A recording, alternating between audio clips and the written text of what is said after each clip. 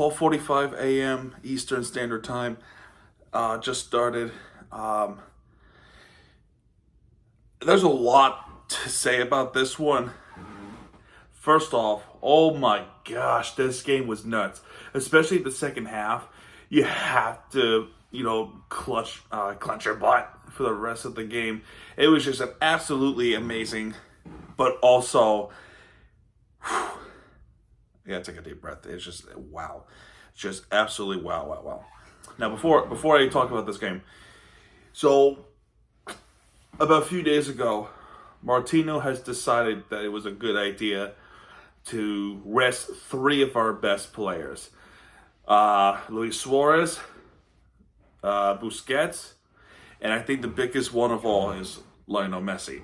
All three of them did not travel with this team all the way to the other side of the continent to British Columbia, Canada, in the city called Vancouver, up in the Cascadia region, with Portland, Seattle, and Vancouver. Vancouver is also part of the Cascadia region.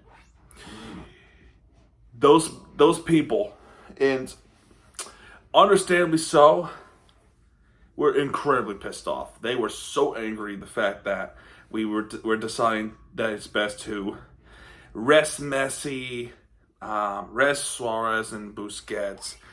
They didn't even travel with the team.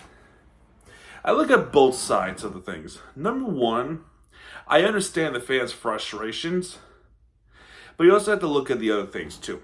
Number one, Copa America and the Olympics are both coming up. So MESSI has to get as much rest as he possibly can.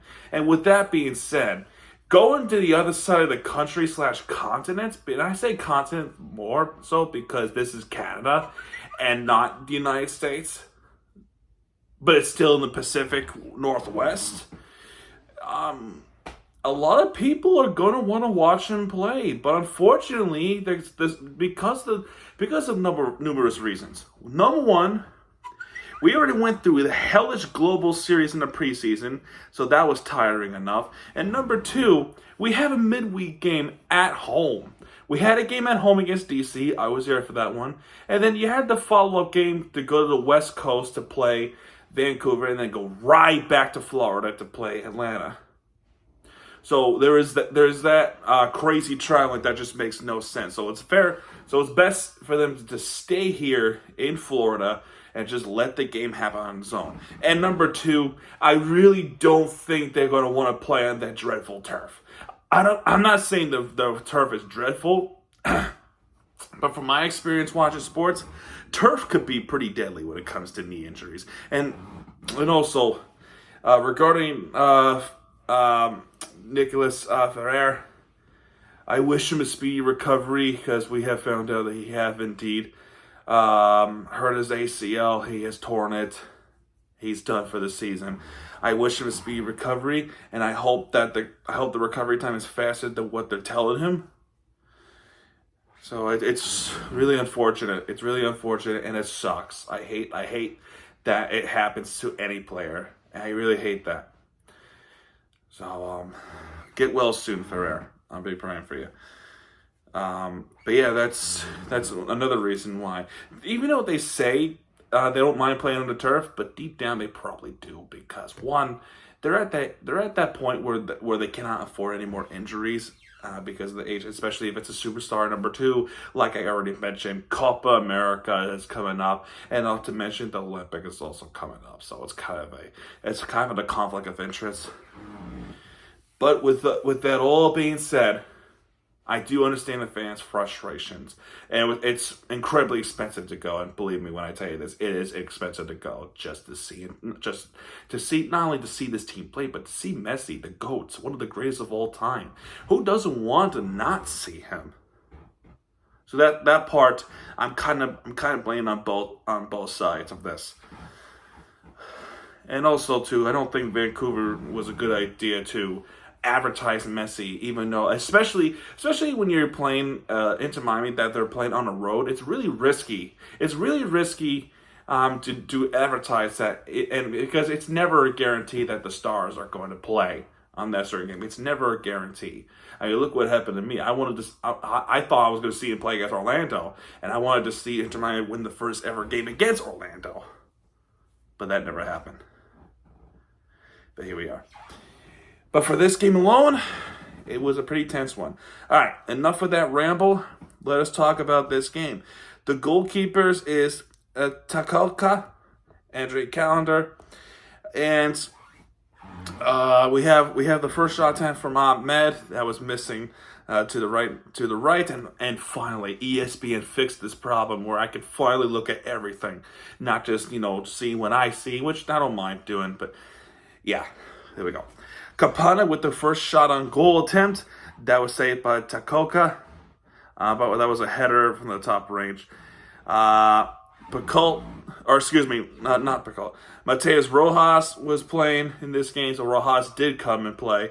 Kapana did play in this one as well, obviously, and Robert Taylor. Like, even though they're saying MESSI, SUAREZ, and like those two guys, and Busquets as well, clearly they forgot about Robert Taylor. Robert Taylor played absolutely amazing soccer tonight. He really did. He played great soccer. His footwork was absolutely amazing, and his goal contributions is absolutely gorgeous. Mateus Rojas with the shot attempt that was saved by Takolka. Picult with the shot blocked, corner kicks for Vancouver, and both conceded. Robert Taylor tries to get one, but that was saved. Jordi Alba tries to get one, that was also saved by Takolka. Then Jordi Alba gets called for a yellow card due to a pretty silly foul. And corner kick for Vancouver that was conceded by Kristoff. Brian White with the attempt missed to the right. Kapana tries to get one, but that was blocked away. Corner kick for Inter Miami that was conceded by Laborda. Then Kramashi after that corner kick, Inter Miami gets another. Excuse me. What is it? Yes, there we go. There we go. Yeah, Kapana with the shot block, corner kick for Inter Miami, could see it by Laporta, and a little bit after that, Kamashi tries to get one, but that was blocked away. Then a couple of corner kicks from both sides, both were conceded. Ahmed gets shown a yellow card. He was pretty frustrated. I think it was that out of bounds situation. He was pretty pissed off the fact that it didn't go Vancouver's way. Inter Miami Vancouver had the last touch of the soccer ball, and Ahmed was protesting too much, so he gets shown a yellow card. So that was that situation. Then 4 minutes later, we have a goal assisted by Jordi Alba with that beautiful through ball, and it's scored by Robert Taylor. He opens the game. He opens the game up with the goal to make it 1-0. And take that, Vancouver. I mean, I'll say that, and I'll say this too. There was actually one instance in the 15th minute. I wanted to save this until I reached that goal. So in the 15th minute, there was clearly a handball, right? Vancouver clearly had a handball. He was dribbling the ball and never called it. So I'm pissed off. Everyone's pissed off. And when Alba had that through ball to Robert Taylor, and I'm like, suck it. That's it.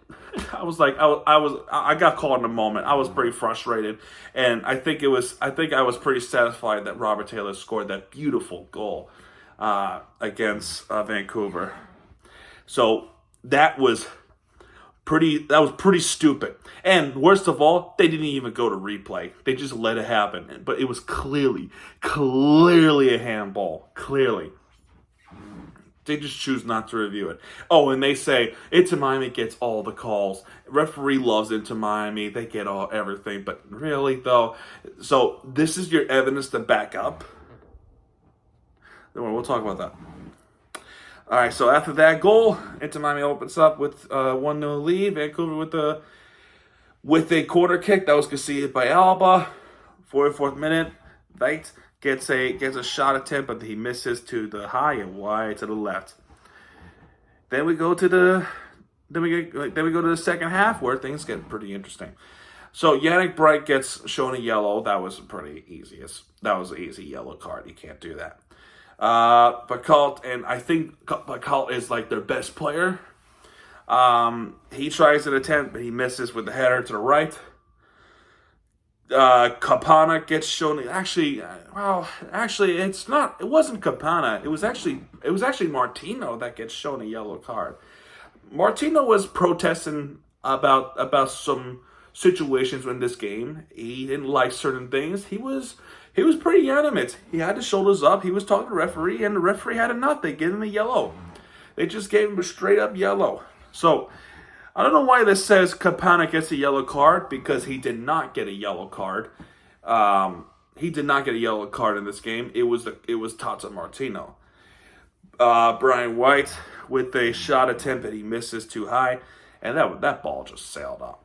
But the next possession Inter Miami has, we have another goal. Robert Taylor off the fast break with the incredible footwork. Oh my goodness. What a beautiful footwork that is with Robert Taylor going through the left side and then completely juking the Vancouver Whitecaps player, and then passes to the inside corner, and then Kapana finishes it off to make it 2-0 Inter Miami. Kapana with a beautiful header. Or excuse me, not a header. It was a big shot from his right foot to the center of the box, and Takoka just didn't have any chance to get the ball. So Inter Miami leads this one 2-0 at this moment. Beautiful. Then Vancouver definitely now has some sense of urgency. So Brian Wright with the shot. I almost said wrist shot. Look at me. I'm so used to covering hockey.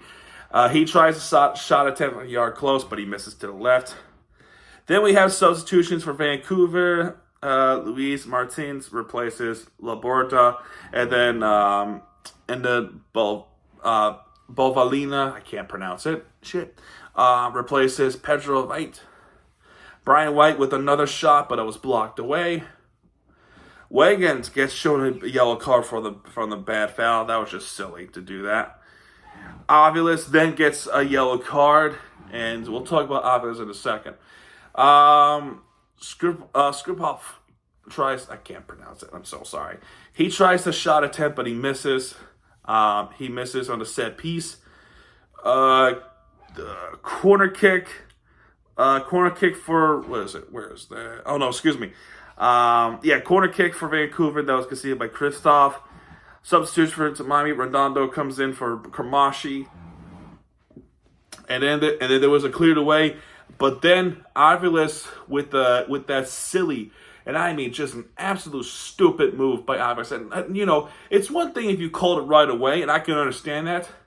But then you go to VAR for that situation? Where was this when Vancouver clearly handballed, but you don't even bother checking that? But instead you took your time to check this, when it could have gone either way if you had to take too long to make a decision to go to VAR. But then you made a decision to go to VAR. You see there's a foul. Vancouver gets a penalty. You announce there's a penalty. My frustration is this. Why isn't that the same thing with the handball? You cannot have one way or the other. You have to do both. You have to be consistent, and you're not consistent, and that's what bugs me the most. It's just ridiculous how they then decide to make a decision to then go to VAR about our player making the foul that they didn't call previously, but chose to go to VAR now, and then call it. Give Vancouver the penalty, which, by the way, they would score. It's Ryan Gould would get this penalty goal at the 72nd minute. Consistency. It's all I'm asking. It's all I'm asking in this life. Anyway, we're up by 1. Vancouver cut the lead in half. Skripov gets a yellow card from a bad foul. That's clearly obvious with that call. I'm sorry. Substitutions for Vancouver, 2 of them actually. Berhalter gets replacing Skripov, and Raposo replaces Renko. Veselinkovic. If I pronounced that right, I apologize. No, I did not. I did not pronounce right. It's Veselinovic. There we go. There was an offside. Not much to comment about that. It's clearly off. Corner kick for Vancouver, and that was conceded by Jordi Alba. Martins, and you see why my butt was kind of clenching for the rest of the game. Vancouver had some urgency in this game following that penalty goal, and they were rushing. They were definitely going for that second goal to tie this thing up. It's really difficult to cover that. Really difficult, especially when Inter Miami has a history of not covering the offenses and turning the ball over. Martins gets blocked. Corner kick for Vancouver that was conceded. And then Picault, I swear, that was the closest that has ever been to tying the game up 2-2.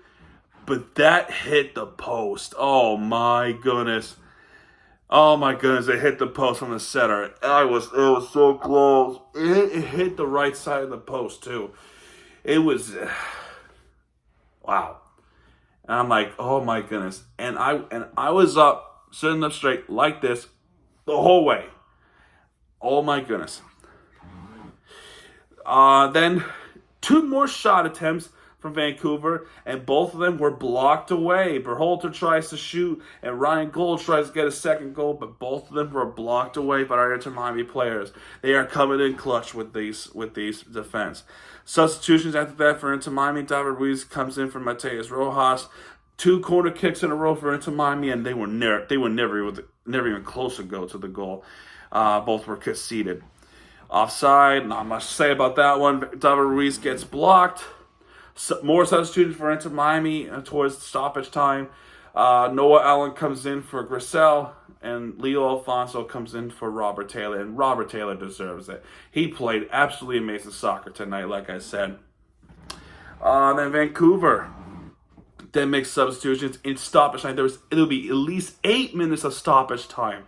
One, because of a couple of injuries and some, pissed off players and coaches, and some delays, and the VAR. It all adds up to 8 minutes. So Vancouver gets substitution. Levante Johnson comes in for Andres Gubas. A couple of yellow cards. Yellow card shown. Redondo. I don't remember Redondo getting yellow. I think he probably did. But I remember Picault getting a yellow card. He was definitely pissed off the fact that Redondo actually touched Picault's chin like this. Picault wanted a red card. They didn't get it. But he gets a yellow card. That's situated as that. Berhalter, there was a free kick for them. Corner kick for Vancouver. That was conceded by Wengat. Bafalina gets a free kick. And those were some dangerous fouls. And especially from Alfonso, Redondo. It was pretty tight. It was a tight one, let's say the least. But all of them were conceded. There were some shot attempts that was blocked away by Inter Miami players. Martins with some crazy shot that was saved. That was saved there by Drake Callender. Thank goodness. Then there will be a delay because of what I think because Callender took too long. So maybe he was going to get a yellow card. But he didn't. But when Inter Miami did play on, and there was going to be out of bounds situation, the coaches, the Inter Miami staff, were really pissed off about something. I think they called initially on Inter Miami with the out of bounds, especially when Inter Miami is trying to defend for their dear life to keep the lead and then stay on top of the Eastern Conference. And by the way, Cincinnati wins against Toronto FC. So it's pretty important to get this going. And then the referee decided to come to the Inter Miami side line and give somebody a red card. There was a red card shown. An ejection card. Somebody got tossed out of the game. I wouldn't say tossed. Somebody got carted out of here. I don't know who it is. It wasn't Tata. It's somebody from the Inter Miami staff. I don't know who. I'm sure they're going to come out with the same on what happened and who it was.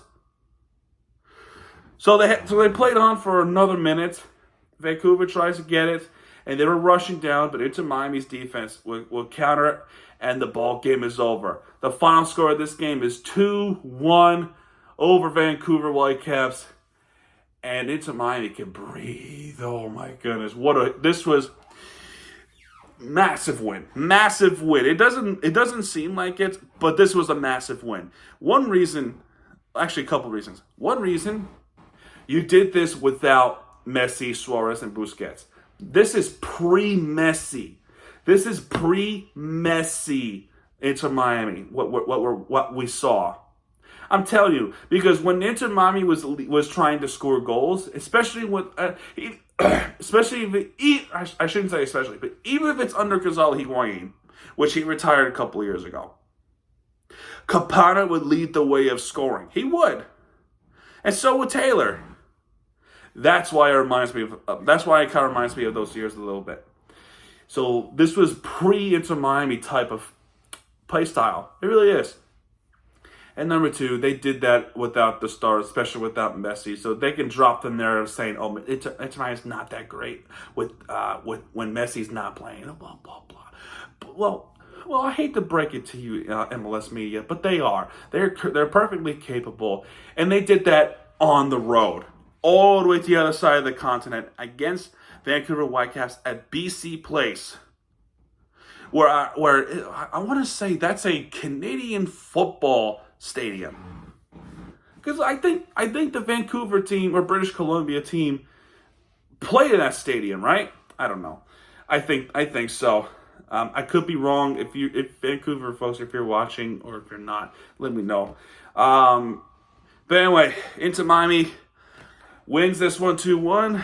When we look at the team match statistics, Inter Miami has 48.9 possession time when Vancouver has 51.1, and majority of that possession time came from the second half. So it was almost even. Vancouver had 2 shots on goal. One of them was a penalty, and that was obviously scored by Ryan Gold. But Inter Miami had 6 shots on goal, and they converted 2 of those from Robert Taylor and Campana. But Takoka was trying to get those, and he saved 4 of them. 16 shot attempts for Vancouver, and obviously 2 of those were shots on goal. And again, only 1 of them was made. Inter Miami only had 9 shots attempts, and 6 of those were on target. 14 fouls for Inter Miami when Vancouver has 7. 6 yellow cards for Inter Miami. 3 are Vancouver players. Red cards, each of them. This thing says 0 from each side, but there is 1 red card, and that's the Inter Miami staff. And corner kicks, Vancouver has 9 corner kicks. Inter Miami has 5, and then saves, like I already said, Inter Miami had 1 save. Drake Callender had 1 save, and Takoka with 4 saves.